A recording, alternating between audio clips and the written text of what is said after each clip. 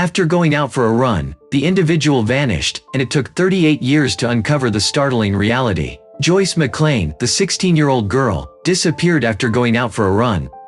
Despite a police investigation that spanned 38 years, the truth of her disappearance shocked many when it was finally uncovered.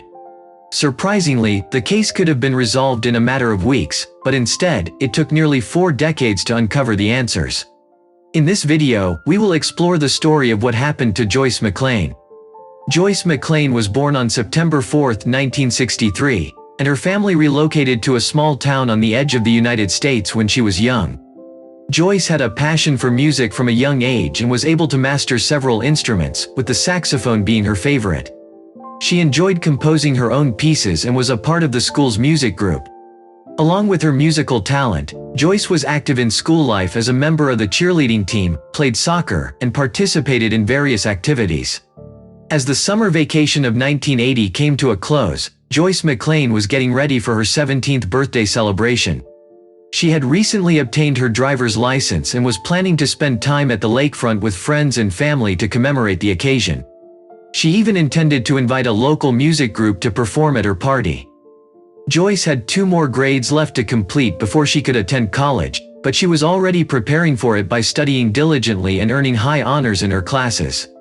She also excelled in sports and music, earning various achievements in both fields. On August 8, Joyce and her friends spent the day at the lake, and later that day, Joyce decided to go for a jog. Although running was not her preferred activity, she was dedicated to staying fit for the upcoming school year's soccer season. Normally, Joyce would run with her friend, but on this particular evening, her friend was occupied elsewhere. Joyce left for her run around 8:30 p.m., taking her usual route of several laps on the town road. Typically, this would take her approximately an hour to complete, but she never made it back home that night. Several hours had passed since Joyce had left, and her mother was becoming increasingly anxious. Joyce had always informed her parents of her whereabouts, and if she had gone for a walk with friends after her run, her parents would have been informed by now. Her mother decided to go out and look for her, driving around town and inquiring with all the neighbors she could find, but no one had seen Joyce. As most people in this small town knew one another, a few more individuals joined in the search efforts. As night began to set in, and with still no sign of Joyce, her parents decided to contact the police. Local officers immediately joined the search, and over the following hours, more and more town residents joined in the search efforts. They combed through the area where Joyce had gone for her run, including the area behind the school. Unfortunately, despite the extensive search, no trace of the girl was found. As the hours passed, panic grew, and there seemed to be little hope of finding Joyce alive and unscathed. It was in the middle of the night, and the police had completely eliminated the possibility of Joyce being out with friends. The issue was that everyone she knew was at home, and later participated in the search. Joyce's parents simply could not fathom their daughter going anywhere alone. The search continued for 2 days, with police and townspeople scouring the area until the heartbreaking discovery was made on August 10. Joyce's body was discovered near the trees, only 60 yards from the school athletic fields. She was lying on the ground with most of her clothing missing, and her hands were tied behind her back using a piece of blue cloth. The police immediately noticed that the victim had suffered a severe head injury, but medical experts were called in to conduct a more detailed analysis. After examining the body, they concluded that the girl had sustained multiple head injuries and that she had died on the same evening that she went missing.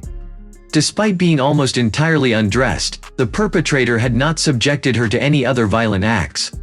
Regrettably, no further leads or evidence could be obtained. As DNA technology was not yet available in the early 1980s, there were no foreign DNA samples found on the body. The first individual to be convicted using DNA testing was not apprehended until 1977. As a result, the police were faced with a difficult investigation with very little evidence to work with. Although Joyce's clothing was eventually found, it did not provide any useful leads in the case. The small town was deeply shaken by the news of Joyce's brutal murder, and the unknown identity of the perpetrator only added to the fear and anxiety. The townspeople, who had never encountered such a heinous crime before, were left to grapple with their newfound vulnerability. Given the lack of evidence, various theories began to circulate throughout the town. One popular theory was that Joyce's body had been found near a location where young people would often gather to drink and use illegal substances. Some believed that a group of intoxicated youths may have assaulted Joyce and things escalated out of control. The police even questioned local residents who frequented the area, but were unable to establish any connection to the crime. One other theory suggested that Joyce's murder was related to her academic success and involvement in extracurricular activities. Some people believed that a jealous rival or a disgruntled coach may have been involved. However, this theory lacked any solid evidence and was quickly dismissed. Despite the efforts of the police and the community, the case remains unsolved to this day, and Joyce's killer has never been brought to justice. Her tragic death left a lasting impact on the town and serves as a reminder of the importance of safety and vigilance in small communities. A different theory emerged. On the night Joyce disappeared, there was a severe accident nearby. A 19-year-old local man had broken into a garage, stolen a gas tanker, and crashed into another car. He sustained serious head injuries and remained in a coma for 9 days. When he woke up, the police were unable to question him about Joyce's murder, and he denied any involvement when asked. The investigators were at a loss, as they had no additional evidence or witnesses to pursue. As a result, the case went unsolved for years, and the police were no closer to finding the perpetrator. Joyce's family initiated a petition 8 years after her murder, requesting national crime show producers to feature their daughter's unsolved case. They hoped that the show would bring attention to potential witnesses who may have seen or heard something but did not report it to the authorities. The petition garnered 6,000 signatures, and the program's producers agreed to air the episode in 1989. The broadcast prompted numerous calls to the police, but the information gathered was either incorrect or fabricated. Unfortunately, this is common in high-profile cases, and false leads and rumors can hinder investigations, forcing law enforcement to expend resources to verify them. The case remained stagnant for several more years, but Joyce's mother never gave up on seeking justice for her daughter. In the mid-2000s, she believed that advancements in forensic technology and techniques could uncover evidence that was previously missed. However, there were obstacles to overcome in order to exhume the victim's body. Initially, authorities refused the mother's request to exhume the body, believing that after nearly 3 decades any possible evidence would not have been preserved.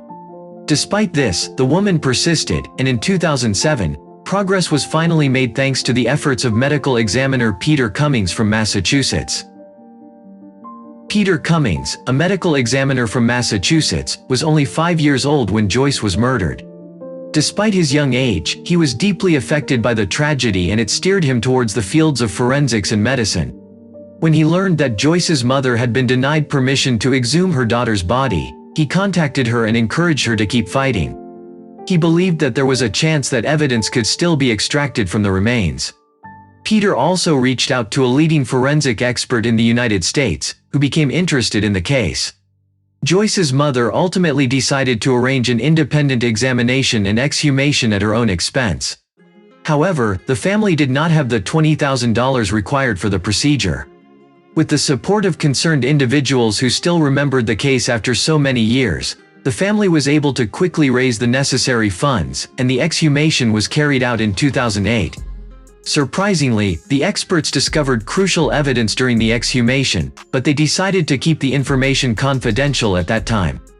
The investigators announced that this discovery would not lead to an immediate arrest, but it prompted them to reopen the case.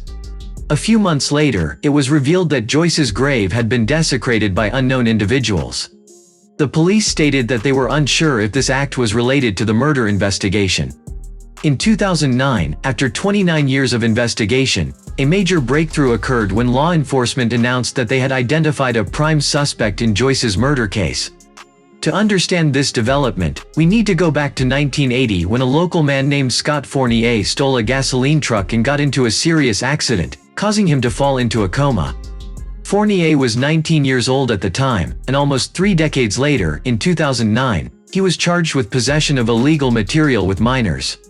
In a surprising turn of events, the judge who sentenced Scott Fournier for possessing illegal material with minors declared him a person of interest in the murder of Joyce McLean.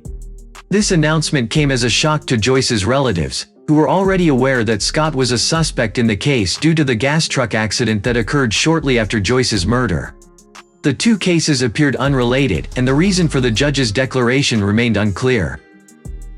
After 29 years, the lead detective on the case chose not to comment on the situation, but he did indicate that significant progress had been made in the investigation since the exhumation.